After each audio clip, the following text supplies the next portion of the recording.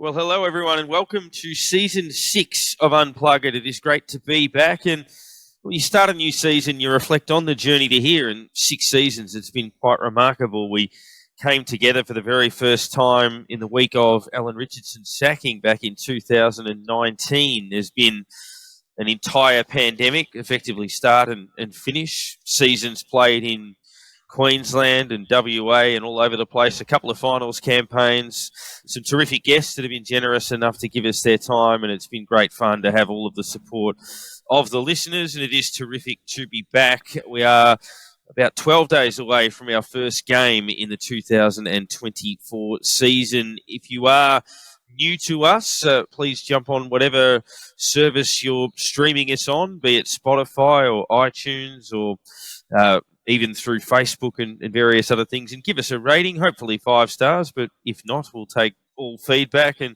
let us know your thoughts, be it guest targets, and you can check out a lot of our old interviews. Very much looking forward to getting into this one. There is always that sense of optimism, but also a bit of pressure and expectation that comes in a year after a finals campaign, and what you're hoping to do. We've quietly managed to build the biggest injury list in the competition, which is always pleasant, but there is still that sense of optimism out of a couple of practice matches, even with the talking points controversially that came out of it, and the Jimmy Webster incident, obviously one thing that we will talk about, and his soon-to-be extended holiday along the way. But we do have a special guest to kick us off tonight as well, and as we are welcoming him back, Radio will welcome back our special guest a little bit later tonight to sum up his passion for St Kilda after we lost the 2009 grand final. I think he jumped in a car and drove to Apollo Bay and ate for 2 days 2-minute noodles and watched Family Guy. Such was the pain and anguish of what happened in that particular grand final, and most of us can relate. But my name's Darren Parkin, welcoming in our panel Nick Splitter, who was on TV repeatedly on Sunday in the St Kilda North Melbourne game. But Nick, nice to have you with us. And look, it was an ugly game in the wind. I thought we dominated most of it. We had 29 shots to 15 and were clearly the better side, but we'll get to the talking points out of it later. But an unbeaten pre-season. Yeah, thanks, mate. It's good to be back. It's one of those things we kind of talk about what this first episode looks like all the way through the off-season, talk about different ideas and opportunities and whatever, and then it gets to a week and a half before round one, and we haven't done anything yet. So here we are. It's good to be back. But it was really interesting performance, actually. I thought, like you said, we dominated that game and probably should have won by 100 points, really. Third quarter, obviously, disappointing. But at that point, we'd kind of put the cue in the rack a little bit and playing the kids through the middle and trying a few different things. Too.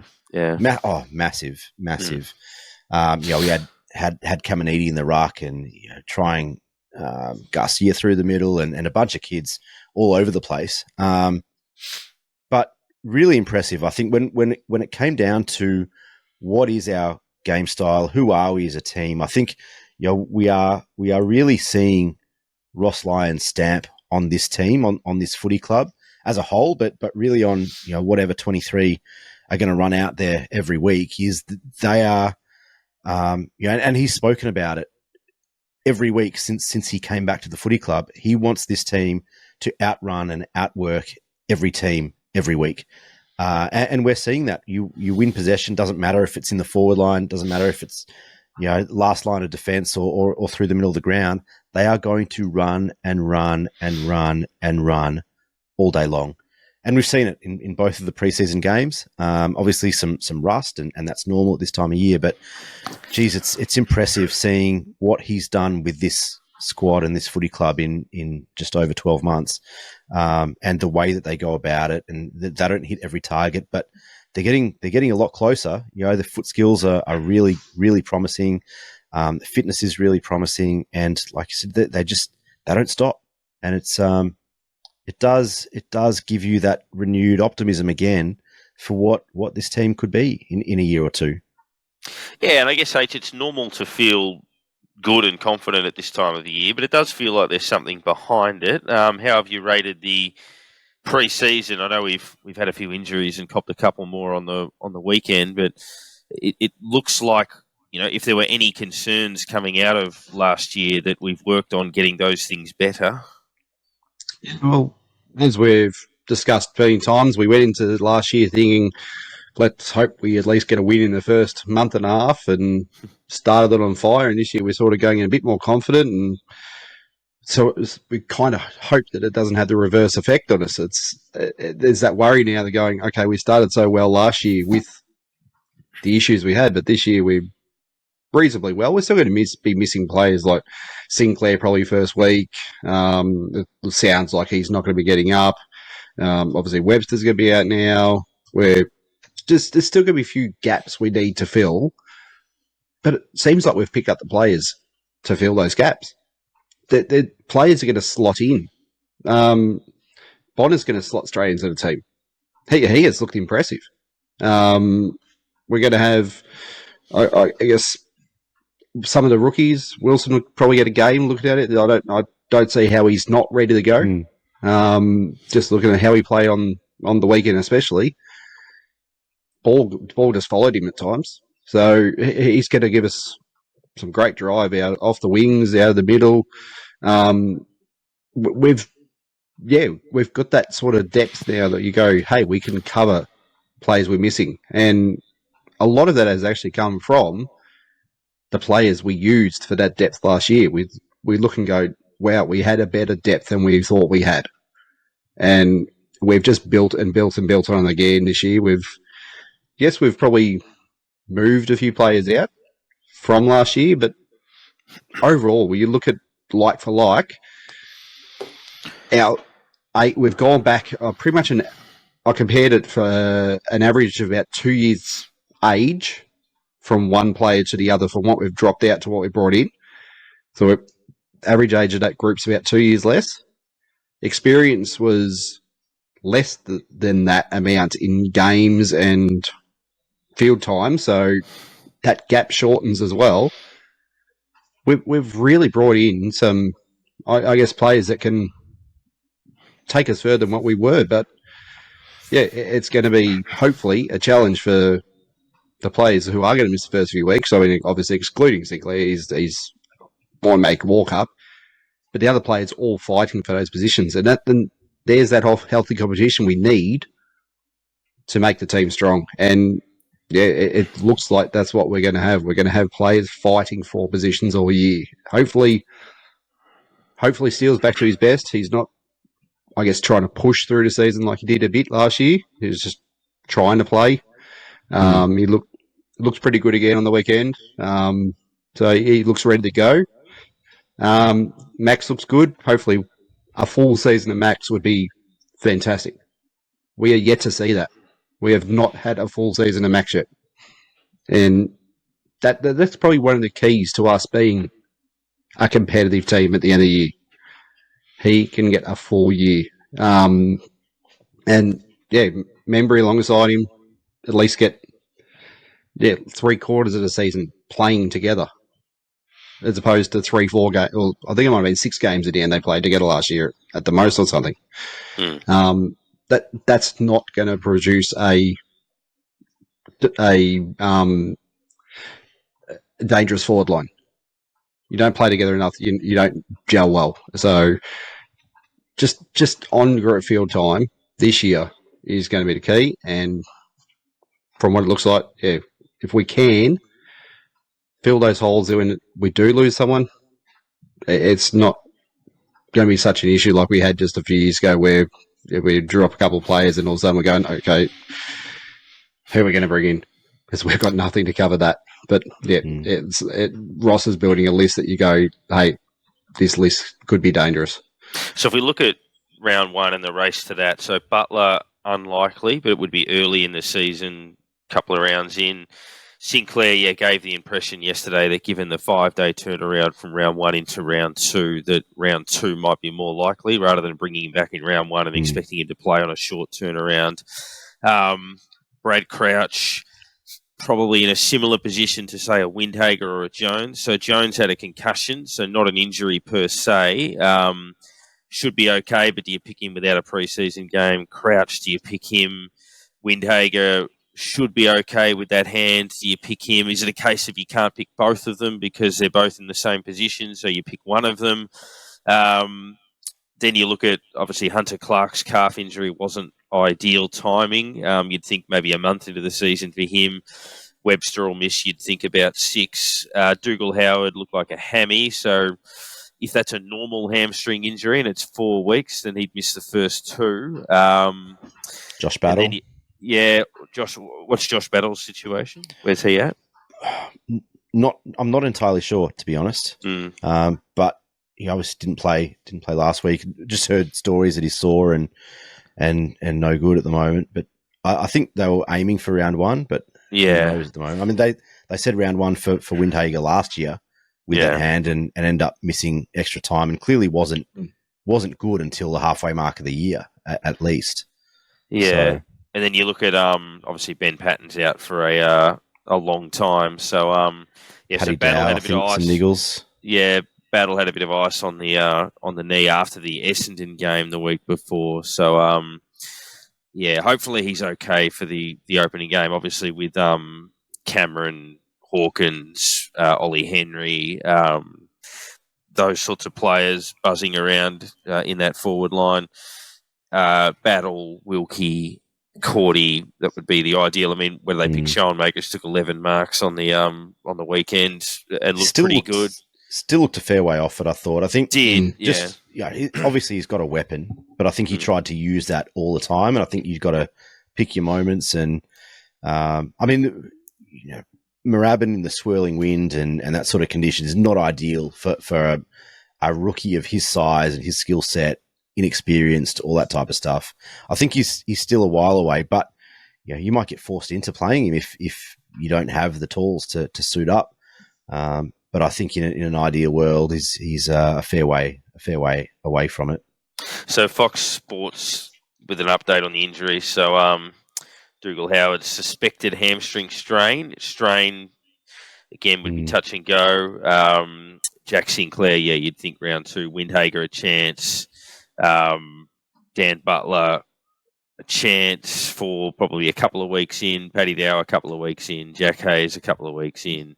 They haven't mentioned Battle, which is hopefully something at least, and that he might just be a little bit sore. So, I think there's enough depth there that they'll put a good squad together, but obviously you'd want a couple of midfielders back. I'm not sure Geelong, their midfield is as strong as it has been in the past, and one area where we've hurt them in the last 3 years probably is pace. We ran them ragged at Marvel late last year, just blew them away with leg speed and did similar the year before in the second half at Marvel. So I think that's the order of the day with the Cats. If we get the footy, you've got to run and spread and use your speed, and hopefully that's enough to, I mean, we haven't won there in 25 years, so it's a big challenge. But, that's our weapon.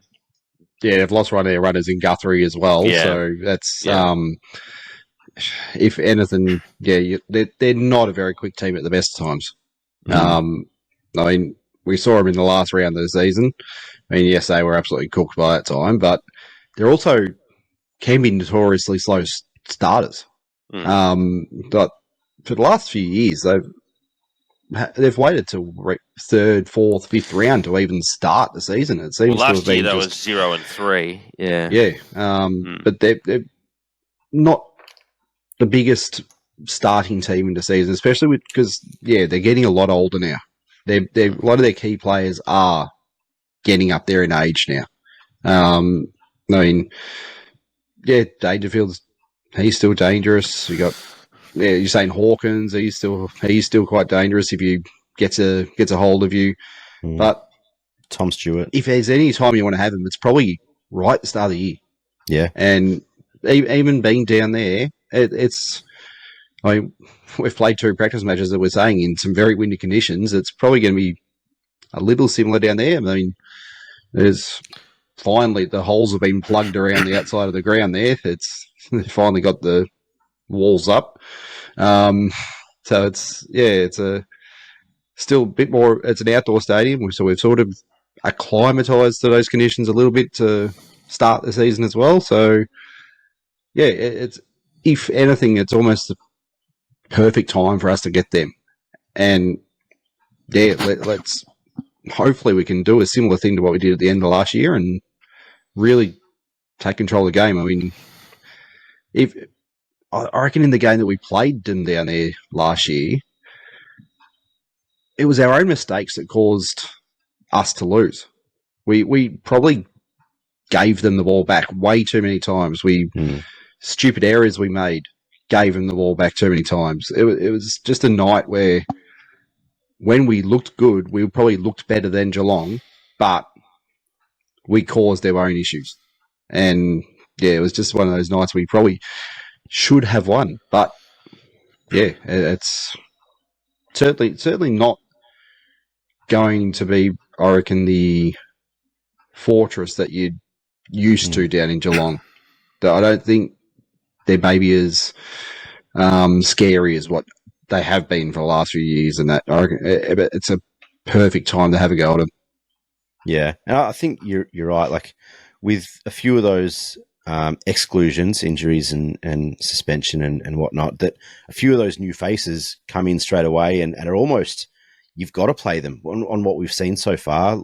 Liam Henry, Riley Bonner hasn't put a foot wrong since he walked into the footy club. Darcy Wilson looks a dead set steal for where we were able to pick him up in the draft. I mean, kid looks like he's ready to go. He's built like an adult. He's built like a man. He can run, he can kick, he can do it all. Really excited to see what he can do in his first season. And a few of those guys, really, really smart pickups, it looks like. Yeah, and look, Darcy, 24 on the weekend. As I mentioned, John Makers, he's 11 marks. Riley Bonner had 30, kicked a couple of massive goals in both games, the Essendon game and the North game. So look, the form lines have looked good, and it's looked like speed is the order of things. That those recruits we mentioned, I mean, Hugo Garcia has shown a couple of good signs. Lance Collard moving around a little bit, showing glimpses of it, and just reiterating for those that obviously we haven't done a show for a little while, but Wilson, Collard, Hasty, Garcia and Schoenmakers, the draft picks. Liam O'Connell, a Category B rookie. Riley Bonner, Paddy Dow, Liam Henry coming in from other clubs. Dow injured at the moment, but wouldn't be too far away.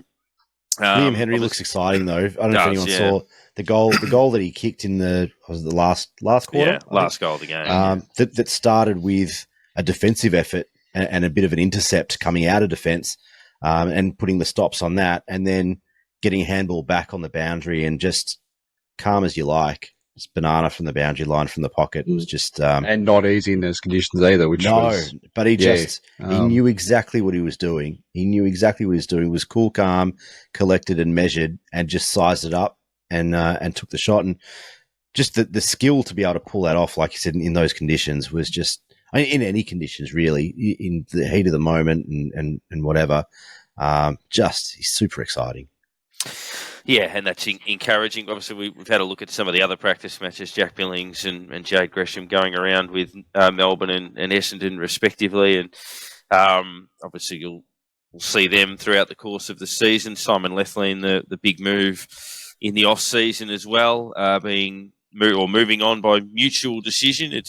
We can sort of debate forever and a day about what mutual decision means in those situations, but obviously that's been a significant development in the off season. Discussing the big talking point from the weekend, though, before we bring in our special guest a little bit later on.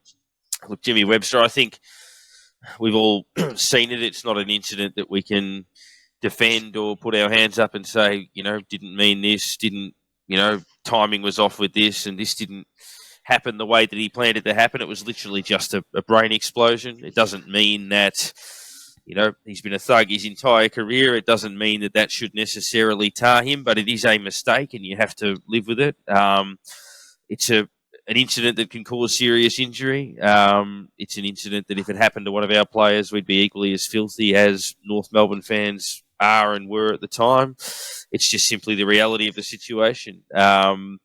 I think St Kilda have handled it pretty well with the statements they put out and with the statement that Jimmy Webster's put out. You can't really do anything other than throw yourself at the mercy of the judiciary. He's made a poor decision, executed it horrifically, injured a player, and will get suspended for a long time. It's that you can't really add too many more layers to that. Nick, obviously there was a bit around the Alistair Clarkson commentary on the ground. And look, we know he's an angry little ant, but thankfully for Alistair Clarkson, he didn't have any thuggery during his playing days. So therefore, would never have. No, so never therefore, have it's done not anything hypocritical at all for him to make untoward. comment of that. But anyway, your thoughts on how this will play out? I think you'll get 6. I said to you off the air before that in the moment, I mean, it happened not far from where we were, and I thought it happened so quickly, and I thought, geez, it didn't look good. He's going to get 2 or 3, and then turned around, saw it on the big screen, and went, "Oh, it's 3 or 4." And then got home and watched the replay a couple of times and went, "Oh, it's even worse. It's probably 5 or 6."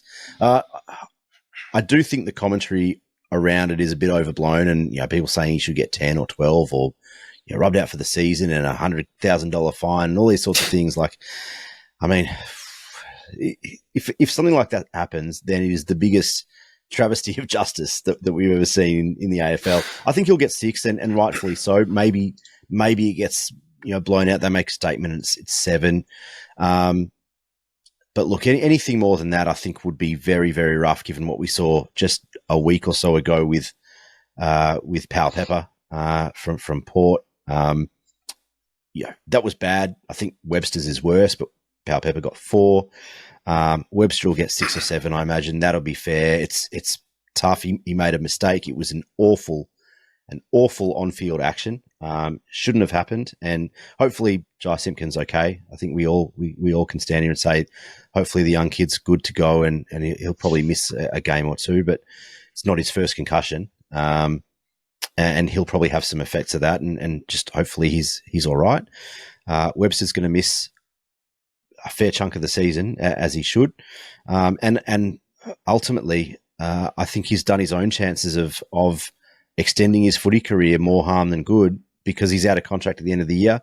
And for the first time in a long, long time, we have very, very good depth. And I think we can cover a halfback flanker or a back pocket fairly easily. And it may be that he just can't get back in. And that's the end of his footy career. I've seen a bit of an interesting debate about this. Now, right now we say in a practice match you do that sort of thing. It's by far the stupidest time of year to probably do something like that, barring 2 weeks before finals or just before finals, whatever.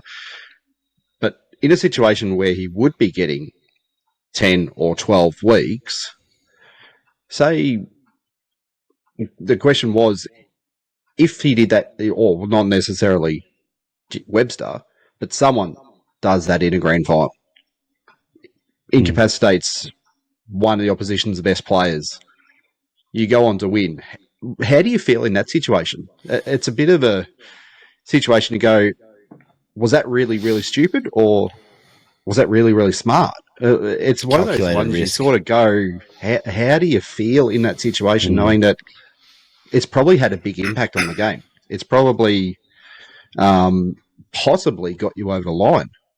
It's a really interesting point of us all brought up, and right now we're saying it is one of the dumbest things we've seen. But at the same time, you put it in that situation, you go, yeah, how do you feel about it in that situation? Because it's a really, really interesting question, and I'm glad you've asked it, because I think, as St Kilda supporters, we all we go back to 97 and we hear guys talk about what they would have done had they been there.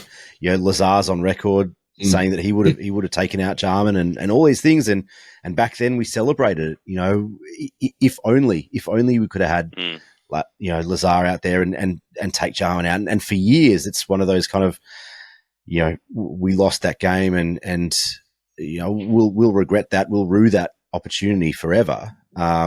But you always fell back on those sort of characters talking about what they would have done had they been out in the field, and it's a bit of a source of pride for those guys and all that sort of stuff. But it's a different world. The game has changed, and we know so much more about traumatic brain injuries and the impact that these things can have. That you go back even to 2004 or whatever, was with Alistair Lynch and that kind of goal square bust up with Wakeland, and there are these sort of things that pop up every couple of years, and I think in the moment you kind of go, well, it's grand final, and you put your body on the line, and these things happen and whatever. But if this had happened in a grand final, I think right now the result would be the same. I think you'd have a guy that is you get double, obviously, because of the grand final. Yeah, but yeah. But you have a guy that made a mistake. Clearly made a mistake. It was an awful thing to happen and shouldn't have happened. And I don't think that the situation, the game, the moment, whatever, changes that at all now. Yeah, exactly. And I think there was a time not that long ago where there'd be DVDs, Biffs, Bumps and Brawlers, and they'd celebrate the best 20 shirt fronts and all of that sort of stuff. Now, the game hasn't gone soft. I'd argue it's as tough and as hard as it's ever been. It's just different in the sense that we know more now. We're more aware. That's not the fault of people in the past, because you can only know what you know. I mean, obviously, punching people in the face has always been wrong, but situations like that where, you would have looked at a hit like that and gone, oh, geez, he's taken him out, and, the crowd would have been like, oh, would have been a bit of a roar in the crowd and that type of stuff, but we're just simply, I guess, more educated around these things now than we've ever been before, and that's why it was such a shocking incident. Like, I mean, if you saw that in 1986, it would happen 7 times in the first quarter. Yeah, it'd be one every celebrate. game. You'd celebrate it. And now you see it, and you're like, what the hell? Like, I mean, I remember watching that incident thinking, what the fuck are you doing, Jimmy? Like, I haven't seen that in years. Like, what are you doing? And your immediate reaction is, you've just cost yourself 2 months. You've knocked this kid out. It's just a different game these days, and for the better, I think, in that situation. And look, Jimmy, as I mentioned on social media, I don't think he's ever been reported. He's the last player I would. No, think he has. He has missed. He's missed a couple of games. Okay. I was reminded today during the day that he was. I think he missed 2 weeks for eye gouging at one stage. I see. Okay, which I have no recollection of, but. No, I don't. Told that I don't happened. recall it, but yeah, like, I mean, it's a situation where the game is so fast, and you make decisions in a split second, and he made a bad one, and that's the reality. And unfortunately, he'll pay the consequences, and he deserves to pay the consequences. But that's all it was. It was a bad 2017, 2-game suspension for thumb to the eye of Nick Subin of Fremantle. Okay. Fremantle. All right. Well, I have no memory of it. None whatsoever. I remember the game. We won that late. Josh Bruce kicked the winning goal, I think. But it was a split second decision made poorly. He's not a thug. He's made a mistake, and that's the reality of the situation. Not much else you can really add. Jimmy will serve his penance now. What did you make? I mean, you mentioned Clarko and the outburst at quarter time. And I guess the reaction since then. What did you make of that? Because I think I'm kind of torn, because he's got form. Clarko's got form as being an angry coach and having a crack at people around him, whether it's other coaches, players, media people. He's got form in this area.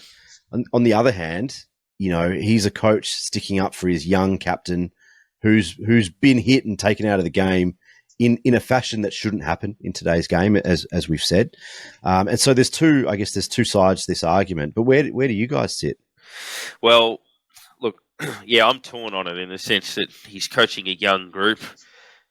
He's flying the flag for a young group. I don't mind it on that essence, and part of me thinks I would actually be the same. In local sport, I feel like I'd probably fly the flag in a similar way. You'd go and get a bit aggro, get in the opposition's face, and kind of show your young players that, hey, I've got your back. We're not going to accept that. So I don't mind it. I mean, some of the language, obviously we're not a G-rated podcast, but it's believed that he said, I think cocksucker was the phrase that was actually used. And obviously there are permutations around exactly what you say and underlining meanings of all of those sorts of things and the controversy that comes with it. So I don't mind him flying the flag, fine, which Corey Homicide Williams makes the comment about the NBL that it's not a cupcake league. This is not a cupcake league. These are grown-ups. That's fine. But yeah, you've just got to be careful with exactly what you do say in those situations. But the fact that things were said doesn't bother me at all. H? And as long as it doesn't get to the stage where a coach is saying, okay, you've got to go out and get them now or something, or that's where that's way stepping over the line. But we've seen Malthouse, we've seen Sheedy, we've seen I think Clarko himself did it when he was at Hawthorn, of walking on and staring down a player, or was it Sheedy gave the neck cut, throat slit, yeah, and if it's Malthouse, it's the issue. I think it's more that it's a small ground and it was within earshot of people.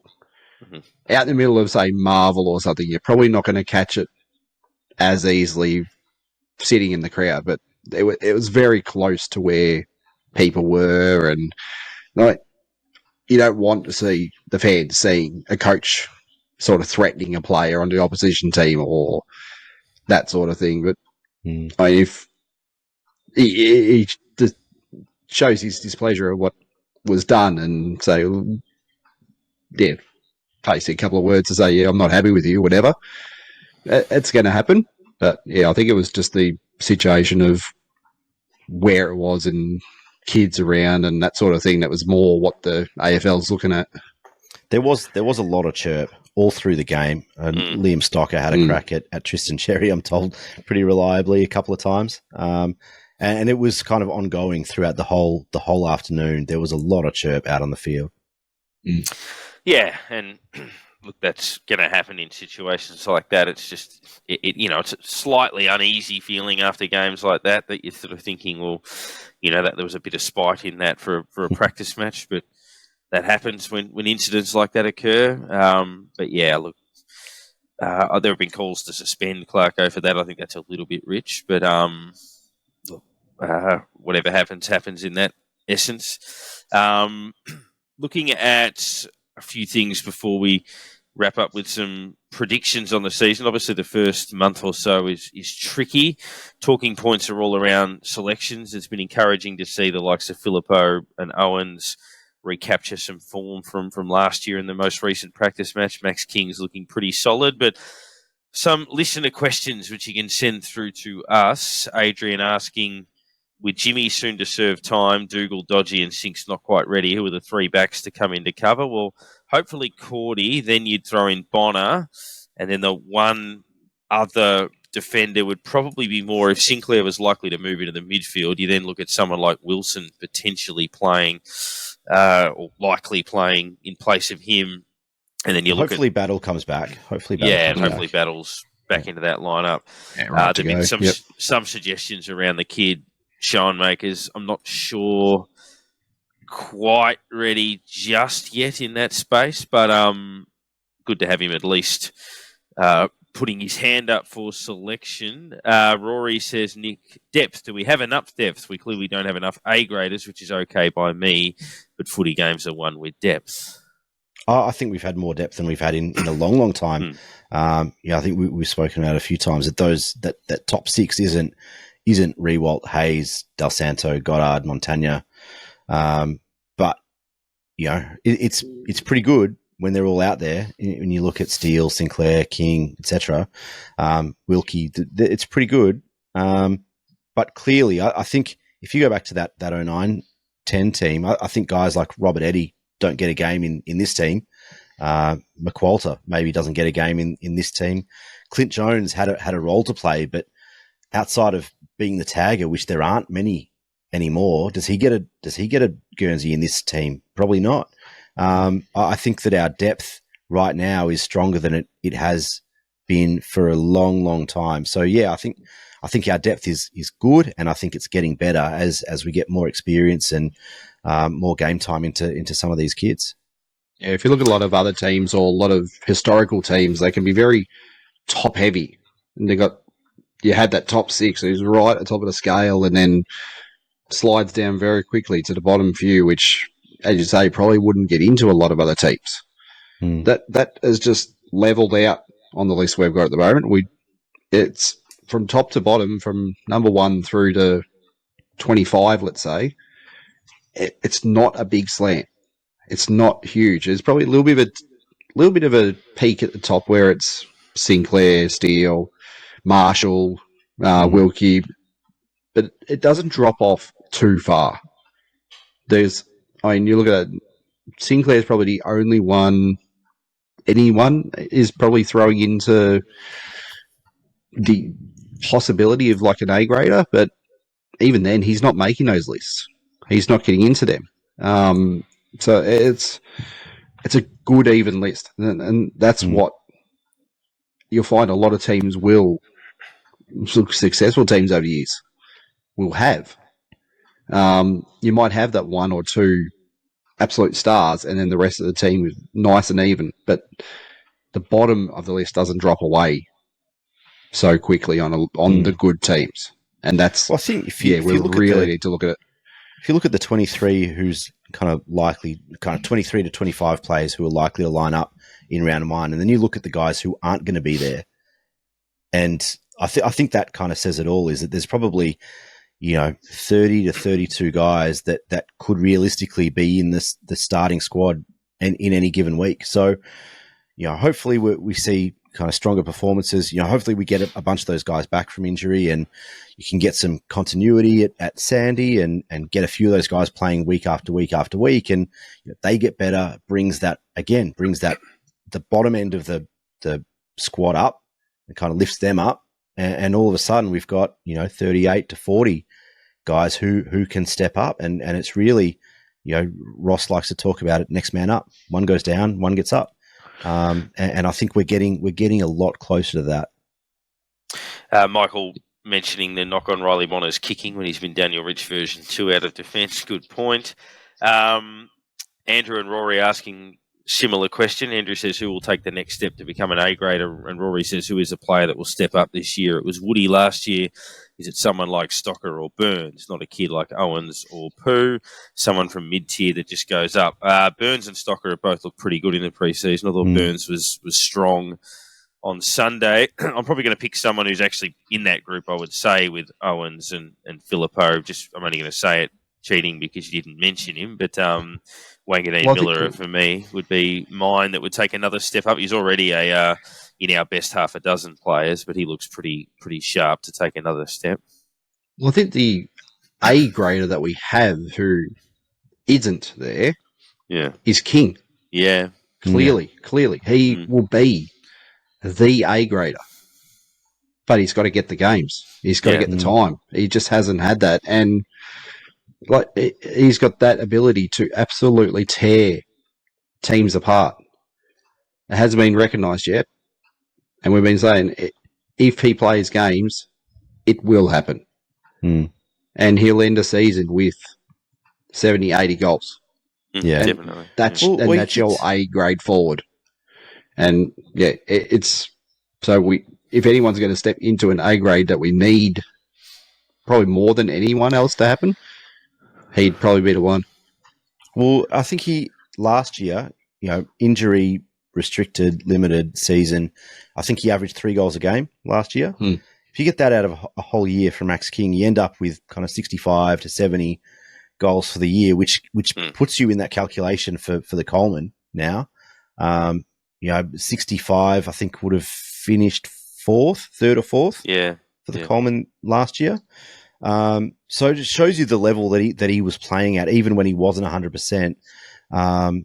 And watching him on the weekend, he looks stronger, he looks fitter, he's covering the ground really well. He's confident coming at the ball. He didn't take all the marks. I think we're all waiting for that game where he just clunks everything, and he's kind of pulling down 12 or 14 marks a game. But he's kicking the ball better than I've ever seen him. Obviously, we'll talk about that one off the one step against Essendon. But he had a couple. There was one in, I think it was the last quarter on Sunday as well. Set shot was 55, 60 out, and he hit it so sweetly. You heard it. It was the perfect kick, and it just swung late and hit the post in the wind. I think it was late on, but I haven't seen him kick the ball the way that he's kicking it now. He looks confident, strong. He's moving well. I mean, he's a bit of a unicorn. If you can get all those things right, a guy who's that big, that strong, that fluid at ground level, he can do everything. But the other one for me is Jack Steele. I mean, we've seen the best of Jack Steele. I think, if you go back a couple of years ago to top 3 in the Brownlow, a couple of best and fairest. But over the last 2 seasons, we haven't seen that because of injury and fitness and a bunch of other things.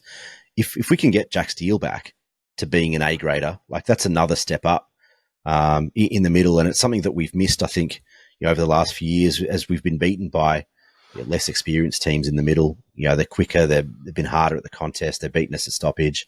It really is a bit of the weak point for us. If you look at, I back our back six, when fit and healthy, I back them against pretty much any forward line. If we've got King and Membry fit and healthy, I back them to have an impact most weeks. But in the middle, if we can break even or start winning games in the middle, then we're going to be really hard to beat. Yeah, hopefully Steele's elimination final was a bit of a catalyst for what he might be able to do. Last question before we throw to our guest. Luke just says, if you had to choose between beating the Cats at their home ground or flogging the Pies at the G, which one would you pick, and why did you say 2-0? I think that's a very good way to finish those questions. Now, we'll just wrap things up with predictions before we bid farewell on this first episode. We'll touch in again before the Geelong game with some selection and that type of thing. But I'll just quickly go with a short, rapid-fire response on question 1 for you, Nick. Finals, yes or no? Yes. H? Yes. Yeah, I'm a yes. Ladder position, Nick? 8th. H? Top 6. Probably the lower end top 6, but top 6, I think. Yeah, I'm 5th probably for mine. This one, I imagine, is straightforward. Nick, leading goal kicker? Max King. H? Yeah, if he plays King, for sure. Yeah, it should be. If it's not, then something's gone wrong for him. Nick, best and fairest? This is the tough one, because I think there's now a group of guys. Obviously, the Jack Sinclair's the easy option. Jack Steele's kind of the next easy option, I think, if he gets fit and healthy and back to his best. But a guy that you mentioned, Parko, a little bit earlier, about another one of those kind of mid-tiers or whatever that could step up, Desire Wanganeen-Miller, I think, has the ability to be a best and fairest, multiple best and fairest. And I'm really looking forward to seeing him. He was a point of difference on Sunday. Just watching him glide across and do all the things that we saw out of him last year. But if he can take another step up, then I'd love to see Naz win a best and fairest. Yeah, and credit H to Mark McGowan, who we all know, who wrote an article in The Age about the upcoming young talent in the competition. There were 3 Saints in the top 20, but Wanganeen-Miller was the one rated the highest of those 3. So I think that says a little bit. He's a very, very good player. Obviously, Mitch Owens and Filippo were the others that were in that frame as well. Another excellent article from Mark McGowan on the weekend on Filippo as well. Yeah, definitely. Fascinating kid. But H, your best and fairest? I think just with consistency, I can see Wilkie taking it. Just so consistent, and that's pretty well what our best and fairest is based on. They get ratings for most game, like for every game you play, basically, and you can. If you have a shocker, you don't get any votes, but if generally you get a kind of a rating out of 10 sort of thing. But it's all consistency. You play every game, you play well every game, you poll well, and sits really well for him to be someone to take it off. But yeah, Nick kind of stole my thunder a little bit. I was going to put. Yeah, Naz is a certain outsider. He's an outsider. Very much a smoky if he finds that just that consistency in his game. The football we watched him play last year, he'd play periods of absolute brilliance, but just dropped off a bit at times. And there was a couple of weeks where we kind of didn't see a lot of him, and it was a little bit quiet, or just didn't use the ball as well as he had the week before, or that. But that will come. That consistency will come, and he will push the others for the top notch at the end of the year. And as you're saying, he'll win one at some stage, at least one. So my tip, I think, if this guy wins the BNF, we've had a very good season, so I certainly hope it happens, and that's Rowan Marshall. he's been around the mark a bit, but if he plays every game at the level that he did last year and wins a BNF, then, he's in the best 3 or 4 ruckmen in the comp. He can kick goals, gets a lot of the ball, takes marks. So, yeah, I think Rowe would be, and we don't have a lot behind him in that area of the ground, so he'd be, if he has a very good season, then we're in good shape, I think. So hopefully Rowe can be the driver for that. We'll check in again before we take on the Cats, which is actually now next week, extraordinarily enough, with the season starting this week. But it's been great to be back. Thank you to Mark Fine. Obviously a lot to talk about in this first episode. It's been a long one, so we appreciate your support from start through till finish, and we look forward to previewing round 1 at the Cattery.